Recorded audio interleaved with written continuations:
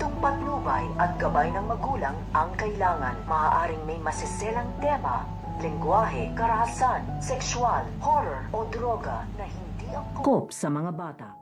So ito nga si Mang Mersing at ito nga si Aling Nita. Habang nagdi-dinner nga sila dito at kumakain ay susugudin nga sila dito ng mga tauhan nito nga ni Ramon.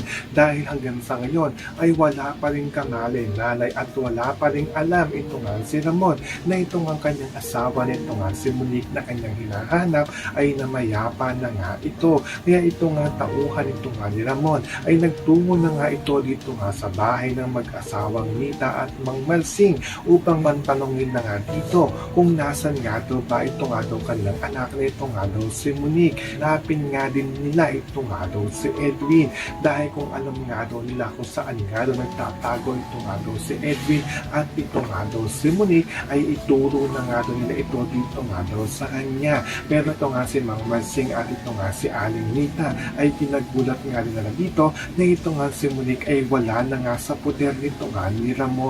So makakaabangan nga natin dito ang paghahalugog ng mga tauhan nito nga ni Ramon sa bahay nito nga ni Mang Mersing at ni Aling Nita. Yan ang ating mga pakakapukan at pakakaabangan dito nga lang sa FPJ's Batang Quiapo.